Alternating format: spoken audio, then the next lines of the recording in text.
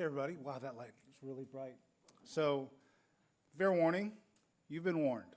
There's gonna be food up here, it's gonna make you drool. If it doesn't make you drool, check your pulse. It's gonna be like that. Thank you to MediaPost. My name is Jhun. I'm the Senior Director of Digital Loyalty at Church's Chicken. I've been there 3.5 years. Second time Insider Summit with MediaPost, first time QSR, so really excited to be here with you all.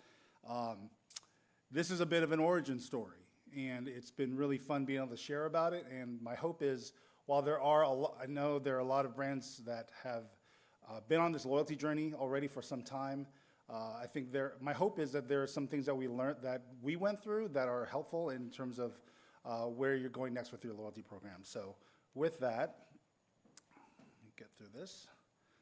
So Church's Texas Chicken was, if you don't know, started in 1952 in San Antonio by George W. Church Sr., and we have about 800 locations in the United States, 1,500 globally. And so some of these logos are sort of the evolution of the brand. And show of hands, who's been to churches or grew up with churches? Yes, I know Sergio earlier, I know you had some history there too, so it's a small world. It's really, it's been really exciting. It's been really great hearing some of what the other brands are doing so far. Our mission has been to serve the best fried chicken and make it easy to afford and enjoy. And just a little bit about me, the way I landed in QSR was a bit of a happy accident. I spent a lot of time on the agency side, went really deep with email marketing. If you all remember when loyalty for restaurants was basically your email list, right? And so who knew that was gonna parlay into this? When I started at Church's, I was literally the only person that walked in the door as the digital guy. Like there was nobody else. Okay, so imagine that. Like, hey, I'm starting Church's, and then, oh, I'm it. And so context for what we did in the last 1.5 years was I hired 2 people. They're basically a team of 4 that stood up this program. And so it's very bootstrappy in a lot of ways, but I think that we didn't know what was gonna happen, honestly. It's one of those things where every brand needed a loyalty program. Our board felt the same way. And so that was the endeavor. But I think that part of what I'm gonna share today are things that we felt were the 3 guiding must-haves to make this loyalty program have a chance to succeed. And I'll be able to share some of what we've seen so far.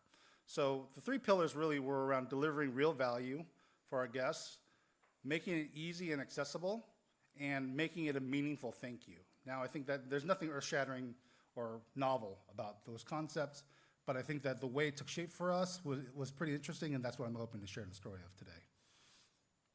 And oh, by the way, Aaron, those biscuits are for you. It's worth the hit. There's some butter on those, but honey butter biscuits are awesome. So, if you haven't had them, boy, you don't know what if you're not drooling yet, you will be soon. When we started, we wanted to start with what do our guests want? And so the basis for the loyalty program was sending a survey to our guests that had opted in to our original loyalty program. And we asked them, hey, if we stand up a loyalty program, what do you want as the welcome offer? So we started there. And while other brands that we saw in the space, as we were catching up, we saw a lot of brands that were offering things that were affordable to the franchisees into the business. Maybe they were drinks, desserts, sides. Well, our guests said chicken. I said, well, we're in the chicken business, so let's start there. And so what we're offering is, and we're very upfront about it, is we offer either a 2-piece leg and thigh or 3 tenders, a choice of 2 different things, free with any purchase. And so part of what we were wanting to build into the program was familiarity with other QSR brands that were doing loyalty programs, because we didn't want to hack something totally novel. At the same time, we wanted to figure out, hey, what made sense for our guests? So we started here with this offer. The other thing too was one of the things that when we started, some of the direction I was given originally was, hey, maybe you should start with key fobs, because our guests are in a lot of underserved neighborhoods, a lot of lower income families, and so they were thinking old school, like like, hey, maybe we just need a key fob thing. And we're like, come on, guys, like, maybe not that far. But the point of it, I think the spirit of it was not wrong in that it needed to be simple. We needed to make sure that it was something that was familiar and that it wasn't a complicated program to stand up. And so part of what we also saw was, well, hey, we're giving chicken away to sign up for the loyalty program, but what else can we do that might make sense for our guests? A lot of our longtime loyal guests, the brand's been around for 73 years now. They're families. And so when we looked across the landscape, we thought, hey, why are there only individual meal options as rewards? And so we went a little bit further. So not only do we have these family options, but we also we did the math. Obviously, we didn't want to give away the farm as we were standing up this program with these discounts and these rewards. But what we figured out was, hey, you know what? Within one visit for a family, they could basically get a reward right off the bat for an individual item, which was really exciting. We also figured out that, hey, you know what? If with 5 or 6 visits for a family that orders for their family, they could actually get into 8 pieces, 12 pieces, 16 pieces of chicken, 20 tenders. This is dinner on us, basically, right? And so that was one of the things that we felt like, hey, this is how we can really deliver real value to our customers. So that was in terms of delivering real value, that was kind of where we started. Then it got to the harder part. Okay, we have this idea, we have the structure of the program. How do you make it come to life? So to your point about operations earlier, such a good point. We were bootstrapping. So our team, this is us, that's actually me. We had meetings in Texas with some of our franchisees, and we basically co-opt that trip to go to these meetings to visit stores. And so our biggest franchisee in Texas, we walked in with scanners, plugged them into the POS, and we're walking through literally the interfaces with the team members. Say like, hey, if this is what a guest does, how would this work? Does this make sense? And so some of the insights that we gained from that road trip, which was epic, because we hit like 3 or 4 different stores in like 3 days. It was kind of wild. But what we ended up finding was that was the fodder that was the insight that we needed to really inform all of our training content that we needed to bring to the stores, because our store team members are incredible. I think you all know this. Our team members basically had to multitask. We saw one person who had a headset taking an order while they were preparing other food, and they still remembered everything, and they walked back and then put the order in. It's a chaotic environment that they're doing this, and we didn't want to get in their way. That was the last thing we wanted to do, and make things harder. So making it easy was really something that we wanted to start from the inside out.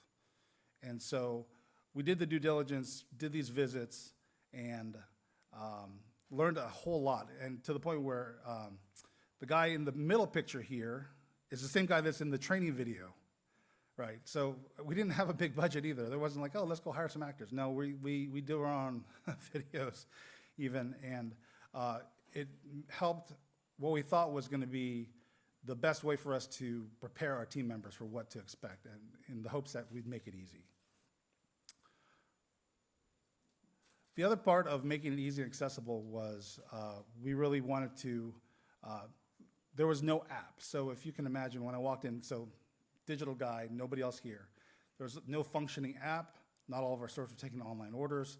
There was a lot to catch up on. That was 3.5 years ago. And so the familiarity in terms of the point structures, we only have 1 tier for the program. We wanted to keep it simple. Similarly, at the same time, we were building out our first digital experience. And so a lot of our guests have their usual order, and so what we did was we made it front forward that, hey, if you had placed an order before, with 3 taps, basically you could you could reload your previous order, check out, and then with a save payment method, be done. That would be it.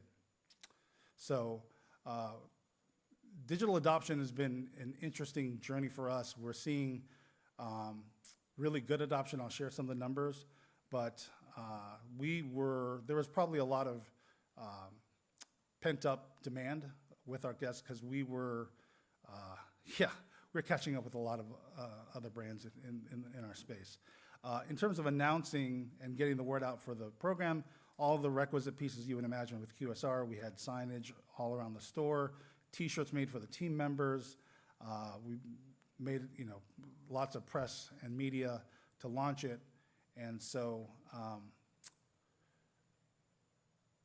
come to find out, we might have done something right. And so, soccer is life, best handle ever. For you Ted Lasso fans, if you're with me, right? This was extremely, these were early signs. So we launched in early July. This was an early sign that, hey, we might have gotten this right? So great start. The yeehaw is a nice touch there.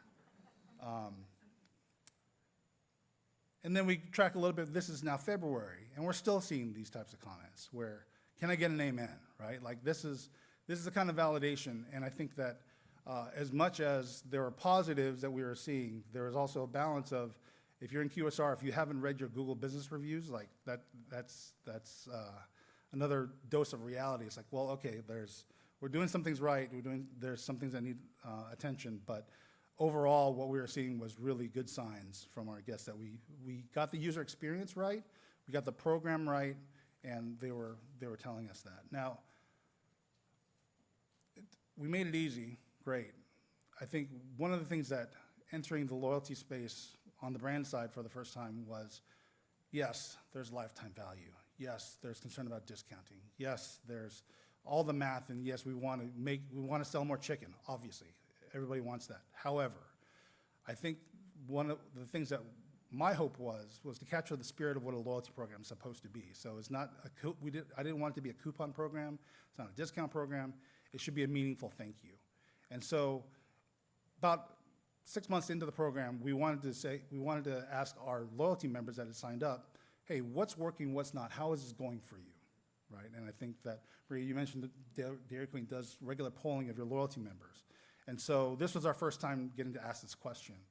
And so when we see comments like what you see highlighted here, it's exactly what we wanted to hear, right? Which was they're getting more value for their visit, and they're becoming more loyal, and they're going to stick with us. And I think that was the beginning of it.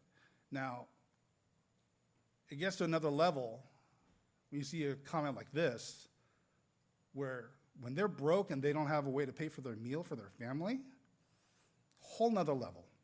It's a whole nother level. It means something completely different, right? Especially in these economic times where there are families that are struggling. This was just jaw-droppingly great to see, validating. Not great because it's great, it's just validating that, hey, we might have gotten this right.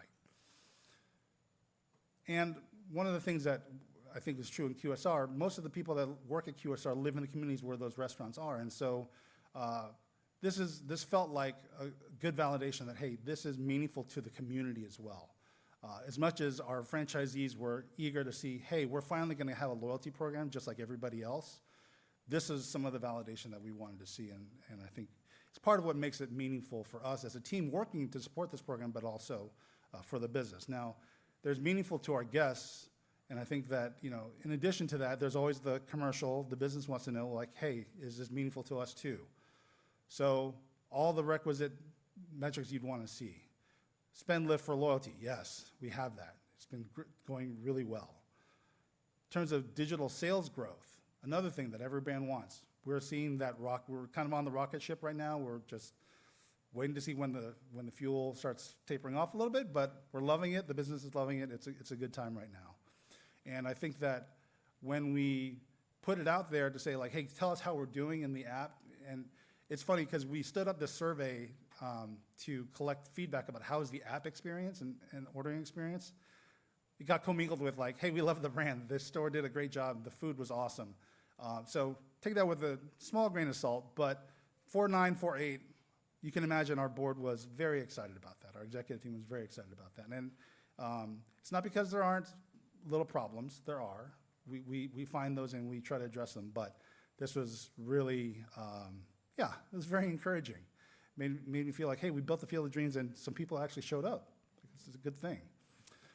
When we look at benchmarks for other brands, Punch is our loyalty partner, and when we look at loyalty sales for where we are in our sort of maturity curve, we're on par. This is what we're looking for in terms of loyalty sales. Signups have been gangbusters, and active users are starting to see that climb. And the thing is, as much as we see POP all around the stores, the reality is if I walk into a restaurant, not everybody's thinking about loyalty. You got POP everywhere, and then what you find is that people are just in their phones and just looking. They're not necessarily seeing that.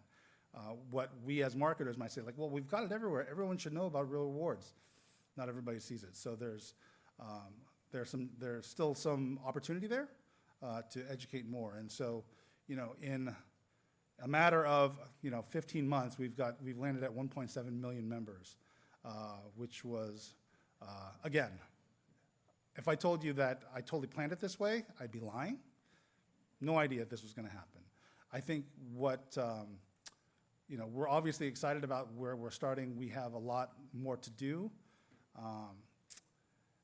and so yeah, that's kind of our story. I think the part about making it as meaningful as possible for our guests is where I think we're looking to continue in our trajectory.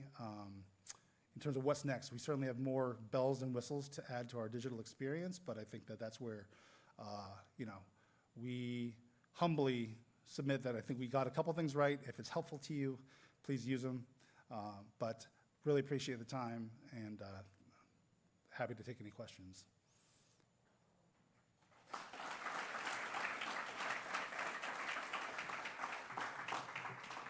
All right, Jay, that was awesome. Awesome material to cover. Crew, what questions do you have on the loyalty front? All right. Oh, thanks, Kev. Do all stores now offer online ordering? Yes. So part of that meteoric sort of hockey stick was when we started, at one point we might have had half the system taking online orders. And when I joined the company, what we found was coming out of the pandemic, we did really well because we had drive-thrus at most of our stores. And so third-party delivery came in first, actually.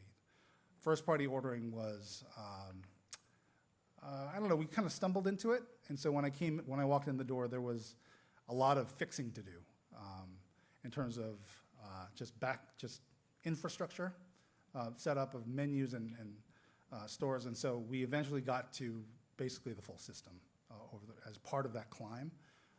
And so, yeah, it's been, that helped. It helps having all the stores taking online orders.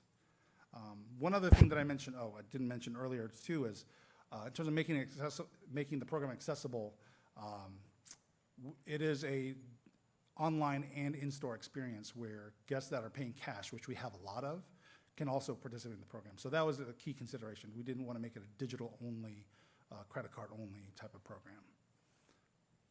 A couple other questions.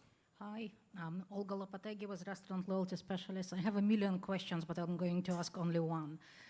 I saw the 23% spend lift, Yes. positive spend lift, and as someone who works with a lot of punch programs, to me this number is absolutely shocking. It's amazing. Like, I've rarely seen that. How do you explain that this is so high?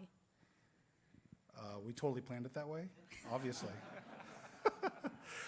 No, I mean, I would say that we think and I'd say this, humbly, we think we got it right when we asked our customers what they wanted out of the loyalty program.